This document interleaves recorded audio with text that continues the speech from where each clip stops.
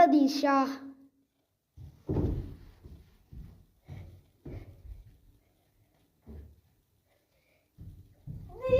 Dilşah. O anda Batuhan.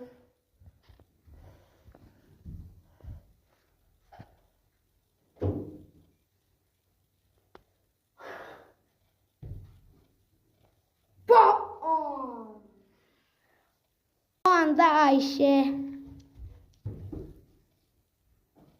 Boş ver ya. Siktir et. O anda Hikmet.